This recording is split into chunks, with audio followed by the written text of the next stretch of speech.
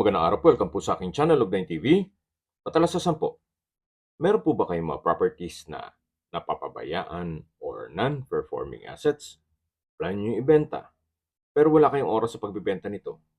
Kung ito'y pagkakatiwala nyo po sa amin, tawag lang po kayo sa aking numero, usap po tayo, gawan ko po ng video for free.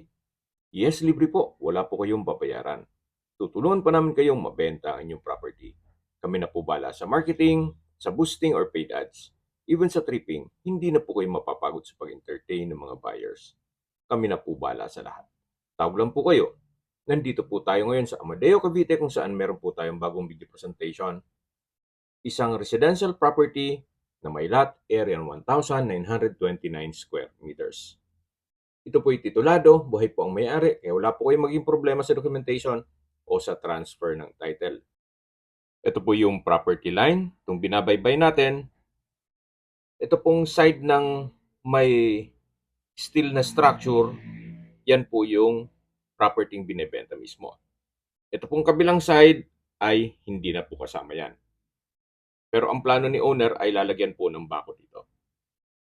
Yan po yung structure na made of steel na pwede nyong gawing warehouse o di kay pabrika kung meron man po kayong mga production na negosyo, magagamit nyo po yan. Ito pong structure na to ay may portion na hindi kasama kaya malamang ililipat po yung water pump sa loob niyan. So dito po sa side na to ay patag na patag po yan. Then meron pong elevated na portion ng lupa na kung saan meron pong bahay. Mamaya po ikutan natin. Ito pong area na to ay marami po kayong pwedeng i-project dito. At yan po yung back view naman nung metal na structure. Then, yan po meron pong concrete fence. Matatanaw nyo, kung mahilig naman po kayo sa manok, pwede rin po itong gawing game farm. Actually, ito po sa kabilang side, marami po silang manok. Then sa dulo po, meron pong another structure na kung saan dun po nag-sparring yung mga manok. So, tungkol naman po dito sa mga tipis, well, yan po'y iba nagmamayari niyan. Pwede pong tanggalin yan once na ma-acquire nitong property. So dito po may ilang fruit bearing trees gaya nyog, mangga, at kung ano-ano pa. Ito po yung tinutukoy ko na another structure na nasa loob po ito ng property na kung saan dyan po nag-sparring yung mga panabong na manok. May mga ipapagawa na rin po ito gawa ng sa kalumaan niya. Kaya hindi na po may iwasan ang mga komento na ito'y may mga ipapagawa. Linawin ko lang po, si owner po is selling this property as lot only. Hindi niya na po prenesyohan kung ano man ang nakikita niyong structure at alam naman po niya na medyo dilapidated na ang mga ito. Kaya they are selling this property as lot only. At mamaya po sa dulong parte nitong video, pag-usapan natin ang presyo nito at yung distance, location at travel time. Dito naman po ay yung elevated part ng lupa na kung saan dito po pinwesto naman ang bungalow house, farmhouse or rest house. Pero before po, sabi nila, ito po'y gym. Ito pong hagdan ay naka-concrete staircase at concrete railing at handrail. Nandito na po tayo sa taas. Medyo madamo lang po. Ito pong concrete walls at glass doors ay maayos pa. Ang problema lang po dito ay yung mga ceiling.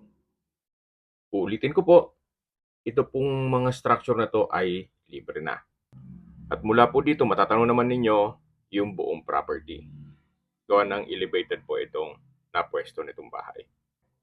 95% po nitong lupa ay patag na patag. Kaya usable po lahat. Ito pong property ay along Barangay Road kung saan napakatahimik po ng lugar, sariwa ang hangin at malamig po ang klima. Nasa mataas na lugar po ito. Ang estimated elevation above sea level ay 1,449.3 feet. Sa mga nag-skip po ng video, summarize ko lang po, ito pong property ay nasa Amadeo, Cavite. May lot area po ito na 1,929 square meters at ito po'y titulado. Dito po sa loob ng property ay merong mga structure na kung saan yan po ay for free. Hindi na po sinama ni owner sa computation sa kanyang pagbebenta nito ang mga nakikita nyong structure. Then patag na patag po ang lupa. May access na rin po dito ng tubig, kuryente at internet provider gawa ng ito po'y along Barangay Road. Sa distance, location at travel time portion na po tayo.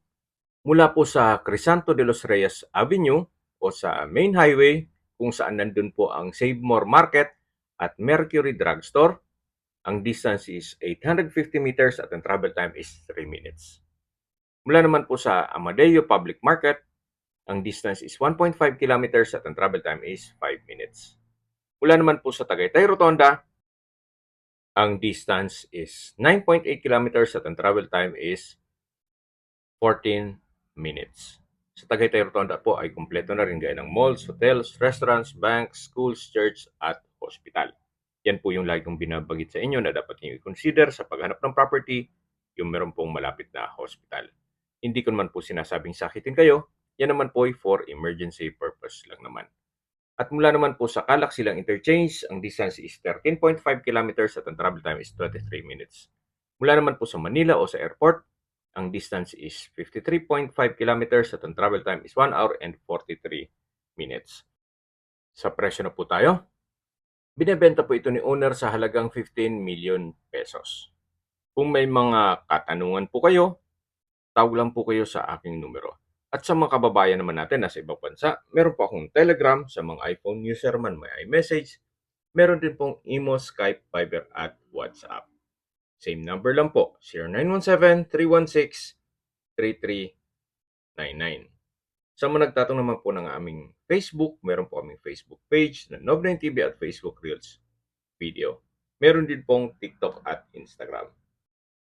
May ibang YouTube channel po kami na The Nov9 TV channel at Nov9 TV listings. Sana po naibigyan yung aming video presentation. Paki-like and subscribe na lang po sa aking channel para ma-update din po kayo sa aking future listings. Kung sakali po hanap nyo yung mas malaking sukat na lupa, meron din po kami ibang listings na pwede nyong pagpilian. Huwag po kayong mag-atubiling tumawag sa amin, then let us know your budget para malaman namin kung anong property pwede namin ilok sa inyo. Sa lahat pong viewers, subscriber at nagtiwala po sa amin, salamat po sa suporta. Ingat po kayo lagi at yung pamilya. Maraming salamat po.